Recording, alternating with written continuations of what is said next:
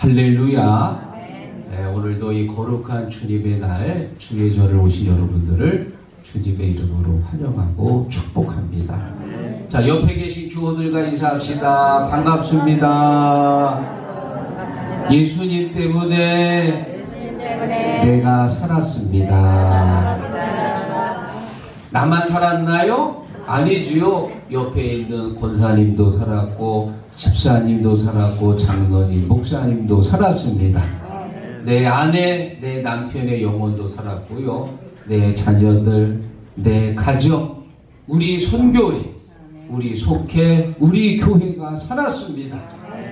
이 놀라운 사랑, 이 기막힌 은혜 항상 기억하며 찬양하시기를 주의 이름으로 축원합니다. 저는 오늘 본문의 말씀을 가지고 십자가의 도라는 제목을 정했는데요.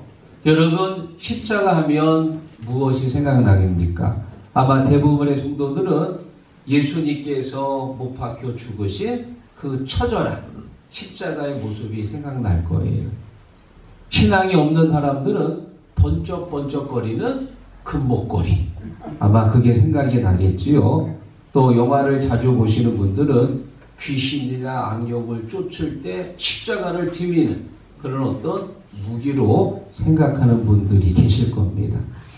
자, 오늘 본문에 보면 십자가를 바라보는 세 부류가 등장합니다. 오늘 말씀을 통해서 내 믿음을 점검해 보시고 나는 십자가를 어떤 모습으로 바라보고 있는가? 이왕이면 바울처럼 십자가 붙들고 십자가 자랑하며 십자가 군병이 되기를 주의 이름으로 축원합니다. 자, 십자가를 바라보는 첫 번째 부류, 유대인입니다. 이 유대인들에게 십자가는 거리끼는 것이다. 23절 같이 읽어봅니다. 우리는 십자가에 못 박힌 그리스도를 전하니 것이요. 아멘. 유대인들에게는 거리낀다. 이 거리낀다는 말을 국어사전에 보니까 이렇게 나와 있습니다. 꺼림직하다, 방해가 된다, 거추장스럽다, 거북스럽다. 유대인들에게 이 십자가의 도라고 하는 건 굉장히 거북스럽고 거추장스러운 물건입니다. 왜냐? 이들은 22절에 보니까 유대인은 표적을 구하기 때문입니다. 표적이라고 하는 것은 유대인에게 있어서 신앙의 근거이며 자기들이 하나님께 선택받은 특별한 백성임을 증표하는 물건입니다. 이들에게 이 십자가는 굉장히 거추장스럽고 거리낌한 것이다. 유대인들은 구약시대부터 계속해서 메시아를 기다렸습니다. 하나님은 선지자들을 보내서 이 땅을 구원할 메시아가 태어날 거라고 그들에게 예언하십니다. 이사야 선지자는 11장 1절에 말합니다. 이새의 줄기에서 한 싹이 나며 결실할 것이요. 한 싹! 이 싹은 바로 이 땅에 태어나실 메시아 그리스도를 상징합니다. 한 가지, 다시 말하면 이 땅에 태어날 메시아입니다. 똑같은 말을 반복하는 이유가 있지요. 중요하기 때문에 강조하는 거예요. 강조. 유대인들이 생각하는 메시아는 어떤 메시아냐? 멋진 명마를 타고 칼을 휘두르면서 무소불위의 권력을 가지고 이스라엘을 위협하는 적들을 몰아내는 강한 군주, 그런 메시아를 상상하고 기다렸습니다. 그들은 이런 표적을 기다렸는데 이 땅에 오신 메시아는 평범한 목수의 아들로 태어나서 저 로마 군인들에게 힘없이 붙잡혀가지고 매를 맞고 십자가에서 처절하게 죽임을 당합니다. 유대인들이 기다렸던 메시아가 아닌 거예요. 그런 메시아의 모습은 유대인들한테는 부끄러운 모습입니다. 그들이 기다렸던 메시아가 아니었습니다. 그러니까는 이 십자가의 도는 유대인들에게 거리끼는 것이었다. 예나 지금이나 사람들은 어떤 기적 같은 것을 좋아해요. 그래서 어디서 누가 무슨 병을 고쳤다, 암이 나았다 그러면 아 그래? 그럼 나도 좀 가볼까? 하고는 그쪽으로 후루루 몰려가요. 설교를 준비하면서 지난 2018년도에 있었던 사건을 제가 하나 발견했습니다. 돌아가셨던 분이 박호영 권사님이 그때 저한테 그러는 거예요. 목사님, 송매교회가 어디 있어요? 예? 송매교회요? 거긴 왜요? 기독교 TV를 보면은 거기에 아주 신유의 은사가 있는 목사님이 나오시는데 그렇게 병을 잘 고치고 암도 고쳤다는 거예요. 그 목사님이 송매교회에 오늘 온대. 송매교회 2018년 3월 어느 날인데요. 그러더니 거길 좀 가봐야 되겠대요. 그래서 제가 그때는 이제 우리가 코로나가 전이라 늘 오후 예배가 있던 시간입니다. 제가 담임 목사로서 우리 성도들한테 예배 드리지 말고 송배교회 가세요라고 내가 공식적으로 광고는 못하니까 권사님만 조용히 다녀오세요 하고 제가 말씀을 드렸습니다. 그래 아마 거기 갔다 오신 것 같아요. 그런데 별로 신통치가 않았나 봐. 그 이후로도 계속 아프셨어. 사람이 마음이 다 비슷해요. 누가 병 고쳤다, 뭐가 기적이 일어났다 그러면 그쪽으로 우르르 몰려가고 싶어. 또 한때 어떤 교회는 예배 중에 무슨 금가루가 막 날린다는 교회가 있어서 요즘도 날리는지는 모르겠습니다. 또 어떤 목사님은요, 누런 이빨을 기도하면은 금리로 변한대. 금리로. 들어보셨나요? 믿어지십니까? 누런 이빨을 기도하면 금리로 변한다. 물론 우리 주님은 얼마든지 할 수 있습니다. 여러분, 우리 하나님이 어떤 분이세요? 천지를 만드셨잖아요. 중풍병자를 일으키셨습니다. 죽은 나사로도 살렸습니다. 그런 능력의 주님께서 그까지 누런이 금리 바뀌는 건 일도 아니지. 할 수 있습니다. 그런데 우리 주님은 하지 않습니다. 왜? 누런 이빨 금리 만들려고 이 땅에 오신 게 아니거든요. 우리 주님이 금리 만들려고 이 땅에 오셨나요? 혹시 여러분 중에 목사님 나도 이 누런이를 좀 금리로 만들고 싶은데요? 그런 분이 계시면 그분은 교회로 오지 마시고 치과로 가세요. 치과 가면 금방 해준다니까. 돈 좀 내면. 아셨지요? 금가루를 보고 싶으시면 교회 오지 마시고 콘서트에 가십시오. 거기 엄청 뿌려대니까는. 예수님이 이 땅에 오신 목적이 뭐냐? 우리의 영혼을 구원하기 위해서. 믿습니까? 마태복음 20장 28절에 말씀하시기를 인자가 온 것은 섬김을 받으려 함이 아니고 도리어 섬기려 하고 자기 목숨을 많은 사람들의 대속물로 주려 함이니라. 할렐루야. 금리 만들려고 오신 게 아니에요. 우리의 영혼을 구원하기 위해 오셨다. 표적을 구하고 있습니까? 여러분, 표적 중에 표적이 뭐냐? 오늘 내가 여기 앉아서 예배 드리는 게 이게 제일 큰 표적이에요. 믿습니까? 전혀 교회에 나올 것 같지 않았던 내가, 전혀 예수를 믿지 않을 것 같았던 내가 오늘 이 시간 여기 앉아서 하나님 앞에 예배를 드리고 있다. 이것보다 더 큰 기적이 어디 있어요? 표적 중에 표적입니다. 나 같은 죄인을 살려주신 이 하나님의 은혜야말로 내가 믿고 의지해야 될 나의 믿음이다. 나 같은 죄인 살리신 주 내 놀라운 잃었던 생명 찾았고 광명을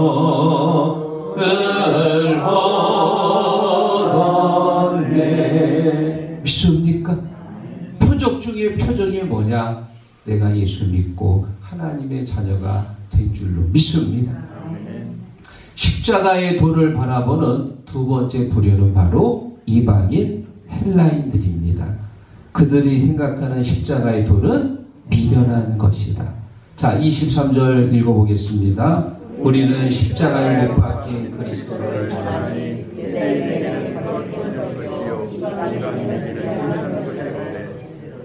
아멘. 이방인에게 뭐라고요? 미련한 것이다.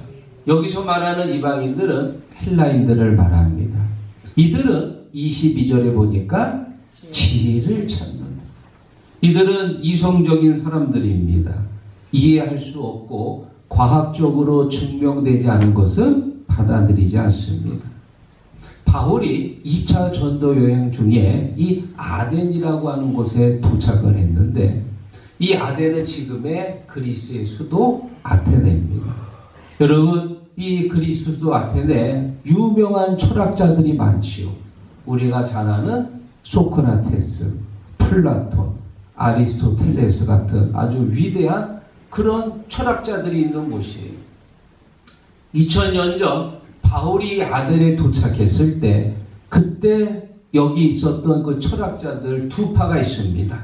에피쿠로스 철학자와 스토아 철학자인데요. 아주 세상 지식이 풍성한 사람들. 이 사람들은 늘 하는 일이 뭐냐? 그 아레오바고에 모여가지고 항상 토론하고 논쟁하는 일을 하는 거예요. 그때 마침 바울이 그들과 만나가지고 논쟁을 하는데, 바울도 한 공부했지요. 가멜리엘 교보사 밑에서 공부한 수제입니다. 그들과 논쟁하는데 얼마나 말을 잘하는지 헬라어도 능통했거든요. 예수의 고난, 죽음, 그리고 부활. 아주 명쾌하게, 아주 한마디도 대답하지 못할 정도로 그들을 말로 이깁니다. 아주 능통한 말로 그들에게 복음을 전했더니 이 철학자들의 반응이 어땠냐? 사도행전 17장 32절에 보면 그들이 죽은 자의 부활을 듣고 어떤 사람은 이에 대하여 내 말을 다시 듣겠다 하니 조롱했다. 죽은 사람이 다시 부활했다고? 아니, 그거를 믿을 수가 있어. 이성적으로 그게 믿어지나요? 과학적으로 밝힐 수 있습니까? 안 되는 거예요. 그리고 그 죽은 예수가 흘린 피, 그 피를 의지하면은 우리의 죄가 씻겨진다고? 아따, 참말이요? 믿을 수 없었는데? 믿어지지가 않는 거예요. 그들은 이성적으로 생각하는 사람들입니다. 지혜를 찾는 사람들입니다.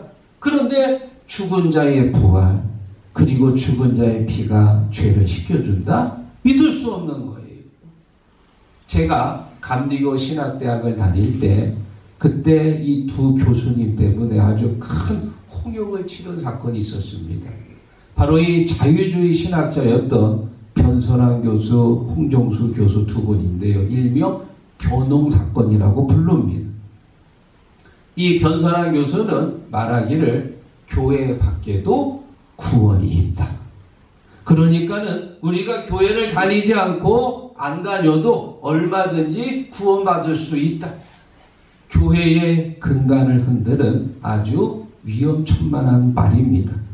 또 이 홍정수 교수는 말하기를 예수의 피는 다른 사람의 피와 다를 게 없다. 똑같다는 거예요. 그러면 우리가 예수를 믿을 이유가 없어지지요. 속죄의 능력이 없다는 거예요. 제가 두 분의 교수의 강의를 다 들었었는데, 그래, 이분들 때문에 우리 감리교단이 팔칵 뒤집혔습니다. 그래서 결국 종교재판이 열려가지고 이 두 분을 제명을 시켜버렸어요. 이 두 분은 바로 오늘 본문에 나온 헬라인들과 같은 분들입니다. 자기의 지식, 자기의 이성으로 예수 그리스도를 판단하는 겁니다. 여러분, 성경에 나온 이야기들이 우리의 머리로 이해가 되나요? 하나님의 천지창조 이해할 수 있습니까? 예수의 부활 과학적으로 증명할 수 있나요? 예수님의 동정녀 탄생, 성령으로 잉태에서 탄생된 것, 이거 우리가 증명할 수 있나요? 이거는 우리가 머리로 이해하는 게 아니고 믿음으로 받아들이는 거예요. 믿고 믿고 싶다 해가지고 내가 믿는 게 아니고 성령께서 내 마음의 문을 열어주셔서 주의 은혜가 내 안에 들어오는 거예요. 에베소서 2장 8절에 말합니다. 너희는 그 은혜로 인하여 믿음으로 말미암아 구원을 받았나니 이것은 너희에게서 난 것이 아니고 하나님의 선물이라. 하나님이 베푸시는 거예요. 내가 마음의 문을 열어야 됩니다. 그래야 주의 은혜가 내 안에 들어오고요. 그리스도가 믿어지는 거예요. 믿습니까? 사도행전에 보면은 120명의 성도들이 마가의 다락방에 모여서 열심히 기도합니다. 그때 성령이 역사하시는데 성령이 두 가지 모습으로 역사합니다. 첫째는 바람 같은 소리, 두 번째는 불의 혀같이 갈라지는 것. 어제도 바람이 많이 불었는데요. 여러분, 바람을 손으로 잡을 수 있나요? 눈에 보입니까? 그런데 바람이 부는 걸 알 수 있어. 왜? 그 영향이 미치니까 바람의 강한 능력이, 그 파워가 몸에 부딪히면 바람을 아는 거예요. 성령이 바로 이와 같습니다. 만질 수 없습니다. 눈에 보이지 않지만 강력한 성령의 임재를 느끼는 거예요. 그리고 또 한 가지는 불입니다. 일주일 전에 전국에 막 화재가 산불이 나가지고요. 많은 사람들이 죽고 또 삶의 터전을 잃고 지금도 어려워하는데 그래도 감사하게도 사회 곳곳에서 온종의 손길이 이어지고 있고 하루속히 그들이 다시 위로받고 새 힘을 얻어서 일어서기를 바랍니다. 불이라고 하는 건 한 번 타고 나면은 남은 게 없어. 이 불의 위력이라고 하는 건 어마어마합니다. 성령이 이와 같습니다. 성령께서 역사하시면 나의 더럽고 추한 것들을 태워버리는 거예요. 내 심령을 변화시키는 거예요. 변화시켜요. 사랑하는 성도 여러분, 오늘 이 예배 중에 성령께서 강력하게 역사하셔서 오늘 내를 태우고 나를 변화시키는 놀라운 능력이 있기를 주의 이름으로 축원합니다. 자, 그리고 마지막 세 번째, 십자가의 도를 바라보는 세 번째 부류는 부르심을 받은 자들입니다. 이들에게 십자가의 도는 하나님의 능력이고 하나님의 지혜다. 자, 24절 읽어보겠습니다. 오직 부르심을 받은 자들에게 하나님의 지혜니라. 아멘. 부르심을 받은 자들. 여러분, 지금 이 부르심을 받은 자들은 유대인을 제외하고 헬라인 이방인들을 제외하고 부르심을 받은 사람이 아닙니다. 헬라인도 괜찮고 유대인도 괜찮고 야만인도 괜찮습니다. 누구든지 입술로 주님을 고백하고 마음으로 믿는 사람들, 그들에게 하나님의 능력이요 하나님의 지혜가 된다. 무엇이? 십자가의 도가. 로마서 10장 13절에 말합니다. 누구든지 주의 이름을 부르는 자는 구원을 받으리라.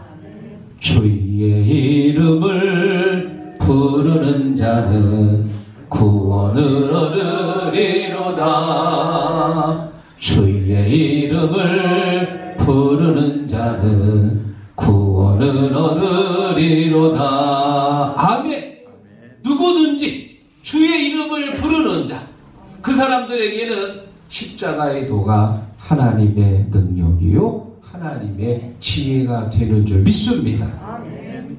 오늘 이 고린도전서 1장을 읽어보면은 고린도 교회 구성원들이 누구인지가 잘 나와 있습니다.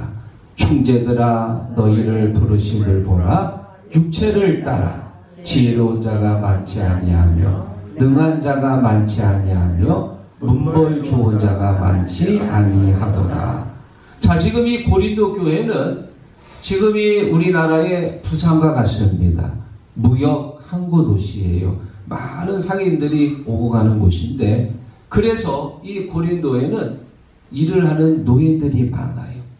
또 이런 사람들을 상대로 몸을 파는 매춘부들도 많습니다. 그래 이 성서학자들에 의하면 이 고린도 교회 구성원들 상당수가 노예였을 것이라고 추측합니다.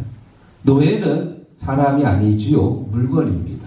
돈을 주고 돈을 받고 파는 그런 물건입니다. 그런 노예들이 많은 교회, 고린도 교회.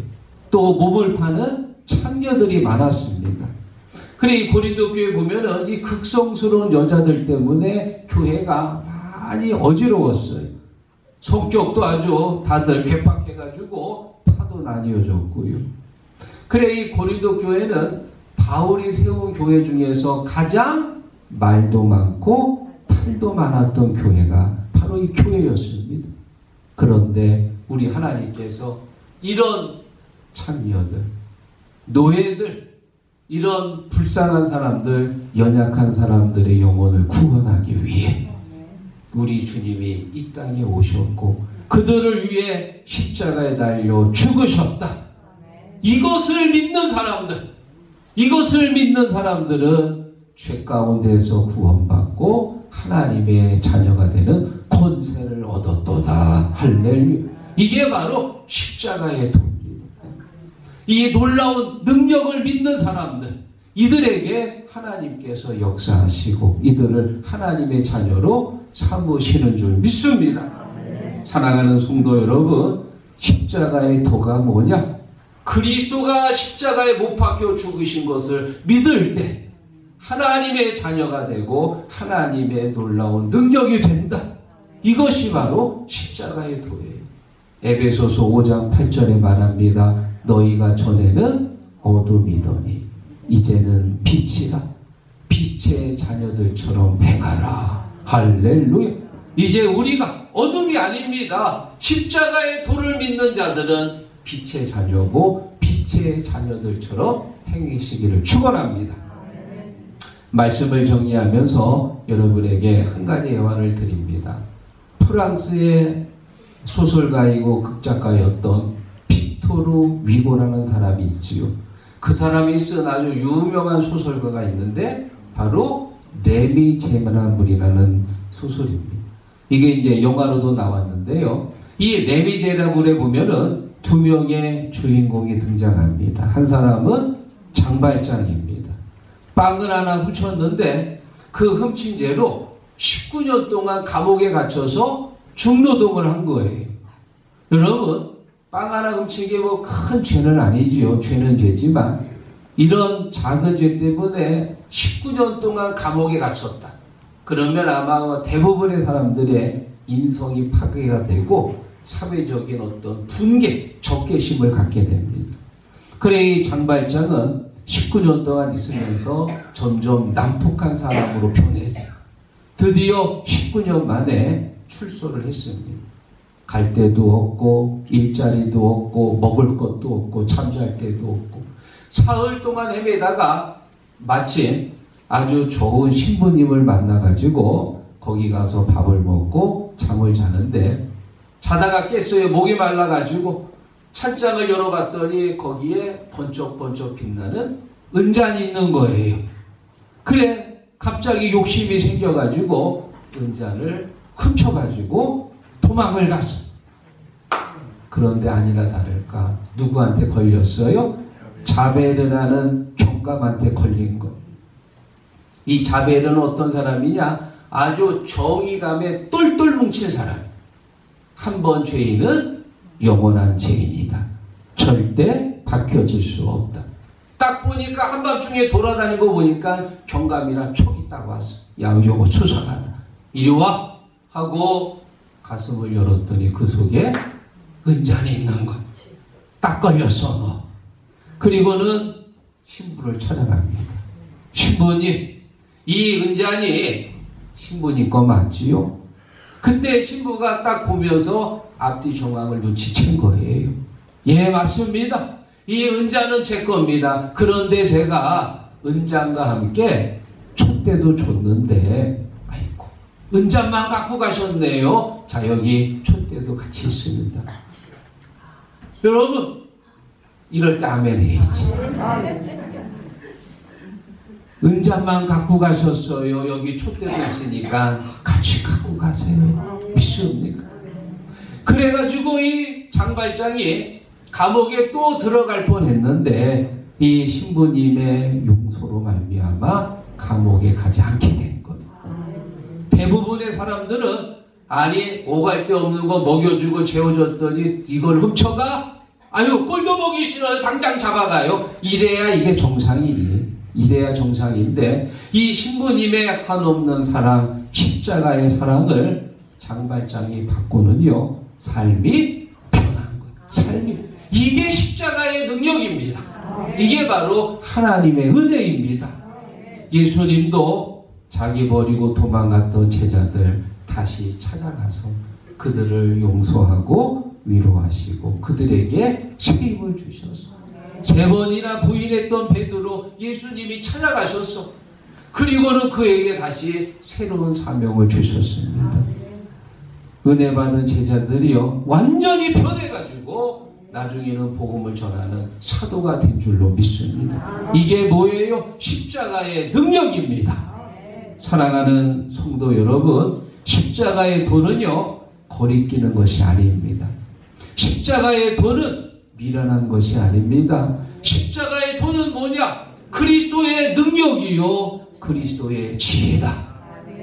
오늘 이 하루도 이 한 주간도 주님과 함께 동행하면서 십자가 붙들고 십자가 자랑하며 십자가로 살아가는 믿음의 자녀들 되시기를 주의 이름으로 축원합니다.